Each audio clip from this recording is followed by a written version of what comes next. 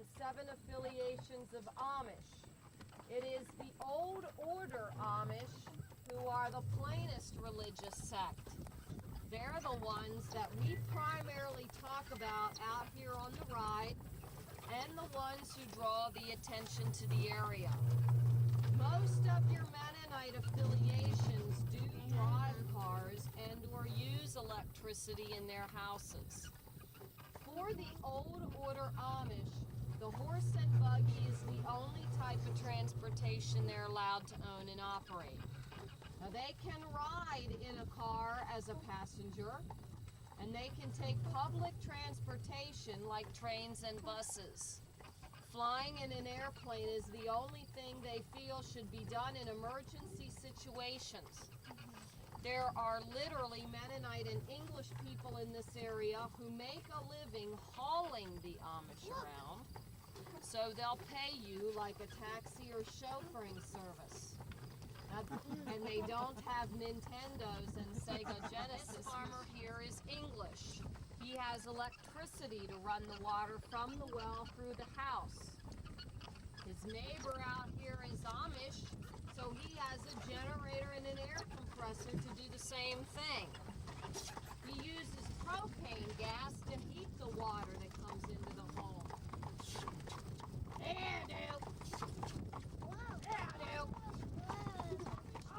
Anywhere from 40 to 100 acres. They will grow on their farms just enough to feed and sustain their lifestyle and their livestock. Their 2 main crops on the farm are corn and alfalfa hay. The field there to your left is your alfalfa. And this is the 4th crop of hay for the summer. So our farmers have brought in their hay fields 3 times already. And all this corn out here, which will soon be taken in, is all grown just to feed and sustain their livestock, so they don't sell any of the corn or hay they produce.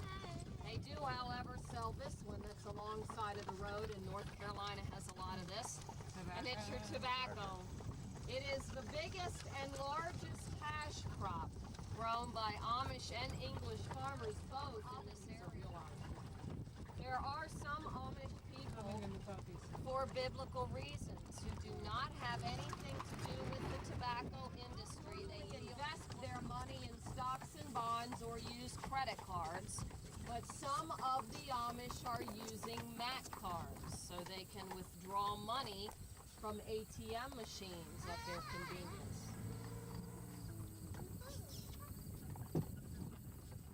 They have their own school system. Yes. There was a time when the Amish went to public schools, but they've never thought that higher education was necessary for their lifestyle. And finally, in 1972, the United States Supreme Court ruled for the Amish that they could have their own school system. So in this area, they built and restored one-room schoolhouses. We have about 120 of them in Lancaster County today.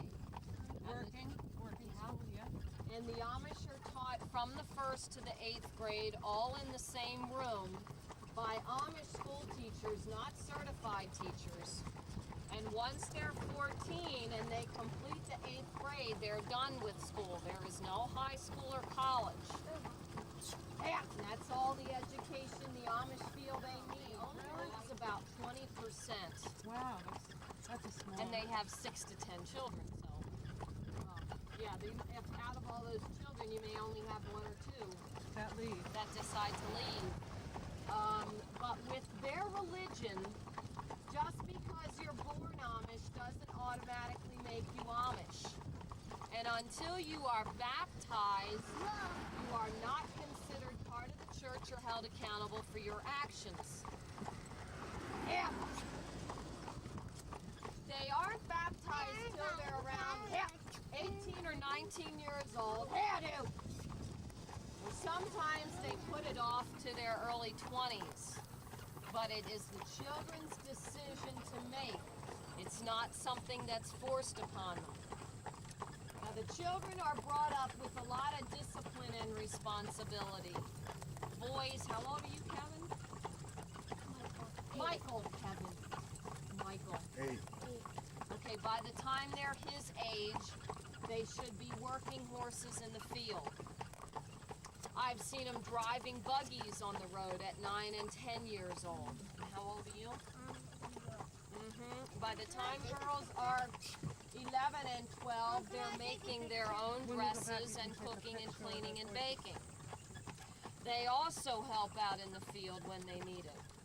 They're taught a lot of values and morals that will hopefully stay with them through their teenage years, because as teenagers they have a tendency to take a few years and run around and sow their wild oats, so to speak, and kind of flirt with society. So boys, instead of a driver's license and a car, they get a horse and buggy. And this is at the age of 13 and 14. So you don't need a license to have one? Nope. Is it And off? the guys, it's a big macho thing. So they like to have, the boys like to have souped up buggies. It's off. What's a souped up buggy? Well, Michael, It's off. the boys like fast horses, like a fast engine in a car. Sure. And they decorate the carriage up. So inside the carriage, they hang feathers and dice. And they put wall-to-wall shag carpeting on the inside of What's them. it gonna do? They put an oak dashboard along the front and a boombox or stereo in it. That's a souped-up buggy. Are the children allowed to have pets like dogs? Now, they'll take these souped-up buggies, and the boys will go to barn parties on Saturday nights with their girlfriends and their buddies, and they dance and they listen to music and they stay out till all hours of the morning. We see them cruising on Sunday afternoons, and they'll drag race on back roads. With the buggies? Now, even though Mom and Dad don't encourage all this, they don't hold them back from it either. They feel by allowing them that freedom and opportunity that when and if they decide to get baptized, then they're making a more conscious decision.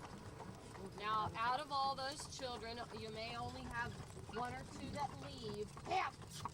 And as long as they leave before they're baptized, they can still communicate with their family. It's only after you're baptized and you leave that you're shunned. And then your communication is very limited and restricted. Now, they do allow their teenagers to date and court freely, and they're allowed to marry without matchmakers. Just no marriage before baptism. Do they have to marry Amish? Well, a lot of their teenagers will put off their baptism until they find someone to get married to. That way, if they fall in love with someone who isn't Amish, you can go get married and still come home and visit with wife or husband and grandchildren and all. Now, instead of using commercial insurance companies, the Amish are self-insured through their church. So they have church aid, which is medical insurance, and Amish aid, which is property insurance. So they pay the church, and the church holds the money, then helps them out as they need it. Some of them will even carry liability insurance on a carriage in case they cause an accident with their carriage and your car. Your injuries are covered. Or a lot of times they just pay you out of their own pocket. As a community, they help each other out financially, and in times of property loss and damage, they do barn raisings